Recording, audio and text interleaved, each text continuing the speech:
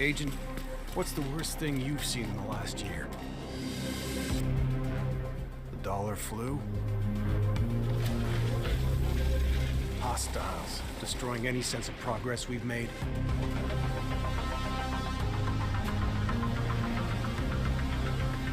Natalia Sokolova?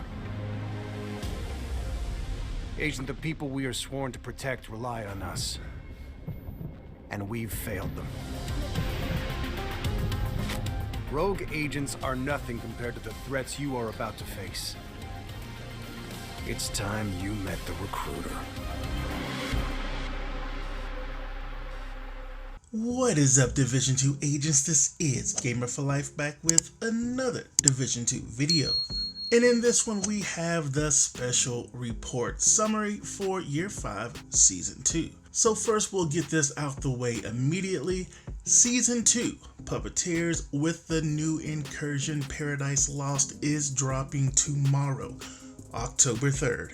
Also, something that I will leave with you guys at the end of the video is the analyst report, which is a recap of Season 1 done by our fellow agent, NGN.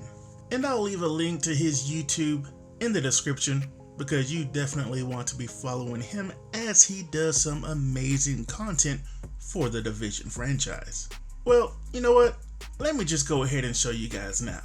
It's not long, so we'll take a look for anyone who needs to be brought up to speed or just need a quick refresh of this last season. Agents, we've recovered 5 of the hostages taken in the attack on the White House. But with each member of our community, we learn Natalia Sokolova is not the murderous psychopath we assumed. I don't know if it's General Anderson's influence over her organization, or if spending her life on the move is getting to her, but it appears that the Black Task have adopted the True Sons tactics and are looking to shore up infrastructure and build something. What that something is, it's too early to tell without Vic. As Murray says, he knows her organization. He helped build it. Agents, if we want to rebuild the castle and know what Sokolova is really up to, we need to get Vic and unmask the asset. Alright, so thank you to NGN for doing that. Definitely appreciated. So Year 5, Puppeteers. So this is our targets that we are going to rescue, and also the prime target, the recruiter. Yeah. And then we have, you can see with the leagues and also the global events. Now the global events, they said, will last 2 weeks for each global event, which is going to be awesome for that Golden Bullet global event. Now they did go on to go over all of the new gear and weapons that we are getting with the new season. But of course, we already went over all of that when I covered the PTS. But if you want to check out all the new stuff, I will leave a link to that video showcasing all of that. They did go on to tell us about some of the stuff we will be getting on the premium seasonal track. So as you know, when you look at your season track, you will have a top and a bottom. Everything on the top, which will have all of the new gear, weapons, and 2 of the new exotics, will be completely free. The bottom track, however, will cost you 1,000 premium credits, which for me here in the States is about 10 bucks. And some of the stuff on the premium track will be 11 new weapon skins, and they did show us a few of these, which look pretty cool. On top of that, 11 new gear dyes and 3 new emotes. And also there is going to be something that a lot of players have been asking for, and that is going to be a new hunter themed outfit. I actually really like the way that that looks. This one I believe is at the end of the seasonal track, and they did mention we will be getting another theme outfit on the seasonal track, and that is for the new Exuro gear set. So that will be awesome as well. Now getting into the Year 5 apparel event, which is called Nexus. They are calling it streetwear with a twist. So yeah, these are definitely different, which is what they were going for.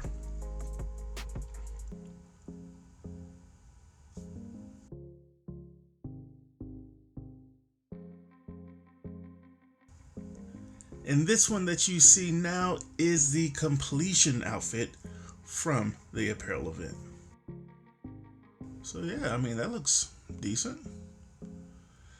So in this part, they went over the changes they are making from the feedback they got from players from the PTS, and the most notable one, and one we speculated that they would adjust, is the new exotic that will be locked behind the Incursion, and that is the Ouroboros. So the change they made is reducing the RPM from 1500 to 1350. So still gonna be the highest RPM in the game, just not as high as it was in the PTS. There was some other smaller changes that they did not get into because they will be in the patch notes, which I will leave in the community tab.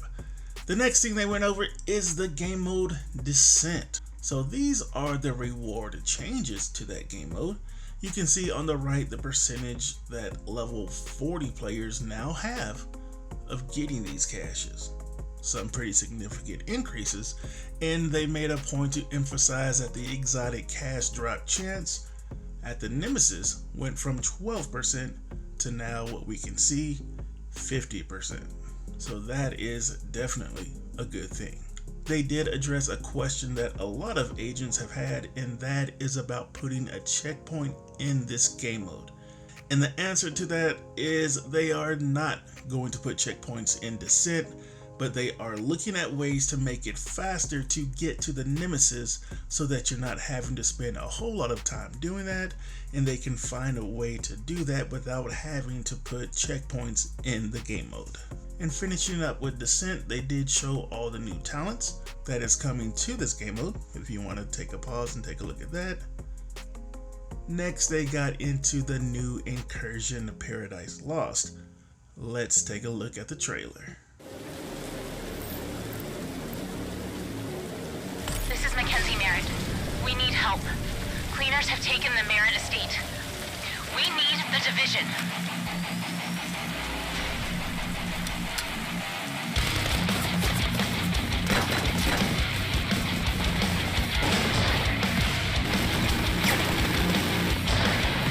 Careful, agents. That tanker can blow at any minute.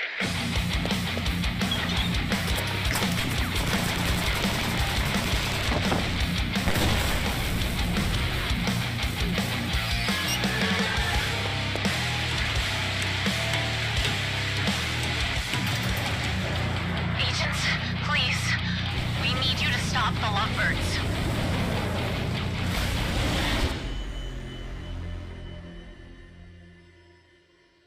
Like I've said before, I cannot wait to play this new Incursion, and for those who are not familiar with the Incursions, they did go over just what an Incursion is. Incursions is basically, amongst the most challenging content that we have in the game. It's for groups of 4 players, and it's tough. It's going to be tougher than legendary missions. In some ways, potentially tougher than the raids, at least the raids as they are today, because people, speedrun those now in a few minutes. So the Incursion is going to be, it's been built and balanced with, the top tier players in mind today, to try to offer a bit of a challenge. So it will take coordination, it will take the proper build, it will take strategy and communication for the players to actually beat all the different combats and challenges that this Incursion is going to present. They also did go over the ways you can get the new exotic that is going to be locked behind this Incursion, which as we know is the Ouroboros. So once a week we will be able to open a chest after defeating the Incursion, and that gives us a 10% chance to get it out of there. The other ways that give us a chance is when defeating a boss in the Incursion, that will give us a 1% chance to get it to drop from them. So after you do the Incursion once and open the chest, you will not be able to open it again until the next week. But you can do the Incursion as many times as you want if you want to try and get it to drop from one of the bosses. And yes, even though they did not go into how many, there will be multiple bosses in this Incursion. Last thing they mentioned is this Incursion can be done with as few as 2 players because of the mechanics that you have in the Incursion. It's probably too tough to do solo, but they did say players have surprised them in the past, so if you want to try it solo, go right ahead. But even with 2 players, it will be tough to get through, so they definitely recommend doing it with 4 players. And yes, my fellow agents, they did confirm, just like in Division 1, we can matchmake for this incursion. They will also be giving out social media shoutouts to the group who finishes it first. Next, they went over something that was mentioned coming in Year 5, and that is the winter holidays. I'll let them go over that with you themselves. Winter holidays are essentially going to be part of Season 2. Yes. So I think it should be good for us to talk Yep. about them a little bit. And we have a small preview, like a tiny sneak peek for you. Woohoo! This is one of the items that we gonna have as the reward. Yes. I know it's spooky season and we're already showing you Christmas stuff, our winter stuff, but it's, that's going to be, with every winter holiday in the past, we've had a bespoke name item. Usually these have been, 2 of them were weapons, one was a face mask, and this time it's going to be a proper Santa backpack. So it's not going to be in-game right now. I mean, it's not going to be available in-game right now. In December. I guess we will communicate the date. Yeah, the exact date will be communicated later. But I think it's also important to mention that there are going to be some old items available as well, but we'll also have 10 new items, right? Yeah, so we're going to change a bit the winter holiday and how it works. In the past it was you had the how are they called? I forgot now. The scavengers, was it? NPC anyway that had the Christmas hat, the Santa hat, the hoarder. Yeah, and you could take them down and then get the named item. But that was pretty much it. Now we've actually made something that's a bit more, a bit more of a celebration and activities. So you will have 15 daily projects knocking on a day-to-day basis, and each one of those projects will give you cosmetic rewards. And as Daria said, that's 15 rewards in total. 10 of them are new. 5 are actually the Santa outfit that some of you may have from last season, or from last winter holiday. But if you haven't, it's going to be an opportunity to catch up. So yeah. Lastly, my friends, they did have a Q&A, and I will leave you with that. As you already know, I am super excited about all of the new stuff coming out tomorrow, and we'll be diving into that new incursion as soon as I can. I hope you all are doing good and staying safe out there. Q&A coming up, and as always, my YouTube family, take it easy. Questions. Let's start. I think we can start with the incursion. So we already answered the first one. When it drops, it drops tomorrow with the whole season. So October 3rd, now you know. I don't think that's even a secret at this point. Like whenever we announce the live stream, pretty much everyone knows that the season is dropping on the next date. Yeah. That's would be weird. Hey, by the way, it's coming next month. Is it possible to matchmake an incursion like in Division 1? Yes. Yes, this is not a raid. You will be able to matchmake for the incursion. Can we play incursion solo? I mean, we partially answered that one. I mean, you can try. Yeah. There's nothing preventing you from doing it. But if you manage to beat the incursion solo, legit, do tell us. I mean, we'll be able to track it through the telemetry data. So even if you tell us lies, we'll know. The incursion is going to be paid? No, it's free. No, it's for level 40, so you need to own Warlords of New York, as usual. But as long as you own Warlords of New York and you're level 40, you can go there. It's not paid content. How many bosses? Do we want to disclose that now, or do we want people to discover that on their own? You'll have to play it to find out. I mean, we showed a few hints with the screenshots More and than the one. key art, so I mean, you can try and guess. Or wait until tomorrow. Can you play as a group of 6? No, it's only available for 4 players, just as the incursions in the Division 1.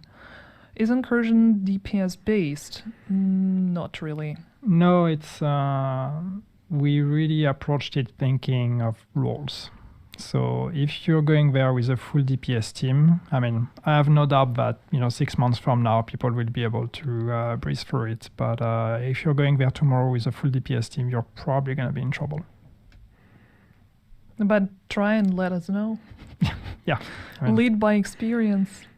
Will incursions be a yearly thing or seasonal or just one-time thing? Well, let's see how the one goes tomorrow. It's just, we talk about incursions as a concept. It's coming back to the Division 2. We've made one. If you folks like it, if you're having fun and if you want more, let us know.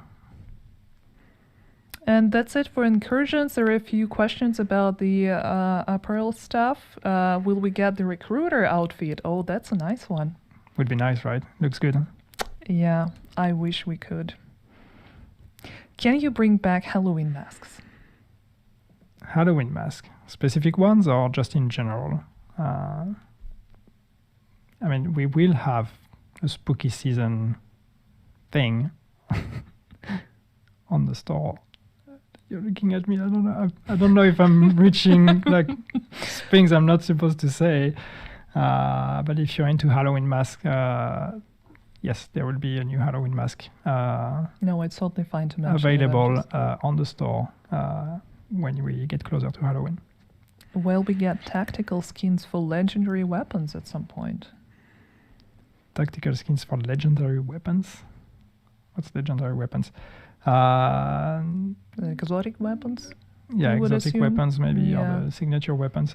I mean, if this is skins for exotic weapons, that's an idea we have in mind, but we don't have anything concrete on that just yet. We'll have to ask Polly, see what he says. Gear and weapons. A stored moving spinning, just a visual effect. I think we already answered that one, but if you... yes, it is. Maybe I'm not supposed to tell you that, but you would figure it out soon enough anyway. Yes, it is. It is. When you place your turret, you're basically creating a circle AoE, and anything entering that AoE is going to be set on fire. The turret effect is just for dramatic effect, but it's actually setting everything on fire. A question about the possible nerf for San Elmo and shock ammo in DZ and PvP. That's actually been on our Trello board for quite some time. That we're working not on that specifically, but not with Season 2, but we are looking at PvP balancing, and I hinted at the fact that there are more PvP changes that are coming a bit later down the line. We're working on a bigger package. And status effect for... And status effects, yes. But that's on our Trello, so if you haven't seen that one, please check it. There are a lot of helpful info in there. Questions about reworking old exotics? The plans to rework old exotics. Dread Addict. Yeah, I mean, plans I don't know, but that's an intention. We want with every season to not just bring new things, but when we have the time to also revisit older things. So sometimes it's going to be gear sets, sometimes it might be exotics. So yes, on paper that's an intention, even though we don't have a concrete plan on when and how we do that. But when we have time, we will revisit some of them. People are asking about the possibility to add new exotic to raids now that some of the exotics are available in a dark zone. That's not our plan just yet. We're adding exotics, as you know. There's an exotic coming to the Incursion. We add exotics as exclusives to the new content. Adding new exotics to the raids. I'm thinking about it. I think that would make sense if we were to revisit the raid in terms of balancing as well, because today for a lot of groups out there, the raid has become a bit too trivial. So if we would want to put new exclusive rewards behind it, we would probably want to also revisit the raids and potentially try to make them a bit more challenging. And that's not planned at the moment. I still think that it would be fair to say that it's not easier to get an exotic in the DZ rather than in the raid. It's just... No, I mean, the most predictable option is still to the raid. You have a chance to get it in the DZ, and our intention is kind of to keep going that way, that things that are exotic, not exotic, but are exclusive to specific piece of content are only exclusive for a time, and then eventually we add them to the dark zone. So you will see more of that as we keep going, keep advancing in our timeline. We're going to eventually 1 year in the very long future, the Ouroboros, for example, might be added to the dark zone, but not anytime soon. So of course it would make sense when we do that to also start rotating new exotics on those activities. But to be honest, the thing is, exotics they're not easy to produce. So there's only so many we can make every season. So we have to be careful where we put them. A very popular question about Descent. Where will there be checkpoints in Descent? Not at the moment. It would take a complete refactoring of how Descent works. It's also, if I pull the curtain a bit, it's very messy technically with your save, because we are putting you on another character. If we were to allow, so I would assume when you say checkpoints, you actually mean like being able to save your progress and resume in another session, because I find that most of the time that's what people mean. Maybe I'm wrong, but when they say checkpoints. But right now, when you leave a session, we erase everything of that session. And that's the only way for us to make sure that we can put you on a fresh character when you start Descent. It's technically your character, but actually it's not. So anyway, that would be a tremendous amount of work, and that would also kind of trivialize the concept of permanent death. In a way, and really trying to push you. What we want to look at, though, on the other hand, because we know that this is a very regularly requested thing, but in truth, I think in many cases, what transpires through that is the fact that people find that Descent just takes too long. And it's not easy to necessarily plan a session of 45 minutes, 1 hour, or 2 hours. And I think that's maybe where we can make more improvements. It's just on bringing down the session time of Descent to something that is a bit more reasonable and takes a bit less long to until you at least get the threshold of reaching the Nemesis and beating the Nemesis. So we're a bit more interested in that and looking in that direction, not adding checkpoints. Thank you for clarifying that. Performance issues. Will they be addressed in Division 2? But I think that's something that we mentioned in one of the reasons why the seasons were extended, to actually give the team a bit more time to concentrate on the stability issues. Yeah, exactly. It's not just, extending the seasons. It's not just about fixing bugs and all of that. It's also for us to take the time to look at, the issues we have with stability, with performances, and a lot of those. I mean, we actively work on those all the time, but sometimes we also, need to work on the new content. So extending the seasons allow us a bit more time to also go back into the kind of the backlog of issues and try to address those. And of course, as usual, stability and performances are on top of our priorities. Will the Division 2 get more support after Year 5 to bridge the gap to Division 3? We are not allowed to talk about that. There is still so much content planned for Year 5. What are you talking about? We were getting the new Incursion dropping tomorrow. Let's see how that goes. Let's play through that first. And how can we get the hoodie Yannick is wearing? It says Dev Team here. Easy. You actually just need to work on the division. Yeah, just come work with us and you'll get it. Easy. Get a job, get a hoodie. But yeah, and I mean, we make faces, but I mean, I think we've been pretty clear and pretty transparent on that in the past on, our ambitions with Division 2. We want to keep going. As long as we're being allowed to, we want to keep going with Division 2. There's still I know we've had announcements with, Julian as an executive producer and the Division 3 becoming a thing, but that doesn't change anything for us. And in terms of ambition for Division 2, we still have big plans that we want to keep going for as long as we can. So right now, our focus is Year 5. Let's hope it's successful. There was a very popular, just a few other questions, Yep. very popular one about the inventory space. So in terms of like extending stash space and inventory space, we are at the point where it's just technically not possible anymore. And I'm pretty sure we said that last time, but this was the maximum, like when we did it a couple of years ago, this was the maximum we could do. And I'm sure some smart people will quote me and say that I'm stupid and that this is not how it works. But the truth is just that if we extend it further, we're going to have problems with the game. And right now, our focus is stability. It's not to add more instability. So, we know this is an issue, and of course, every time we add new gear and new gear sets, we make it worse because you want to store more things, and we're not extending the space with it. But the real problem here is the concept of hoarding in our game. The problem is not how much I can store, it's actually the fact that we feel like every time we get a piece of gear, I should hold on to that because it might be useful later, or I have all those builds and I want to keep every single one of them because if I lose that item, it's gone forever.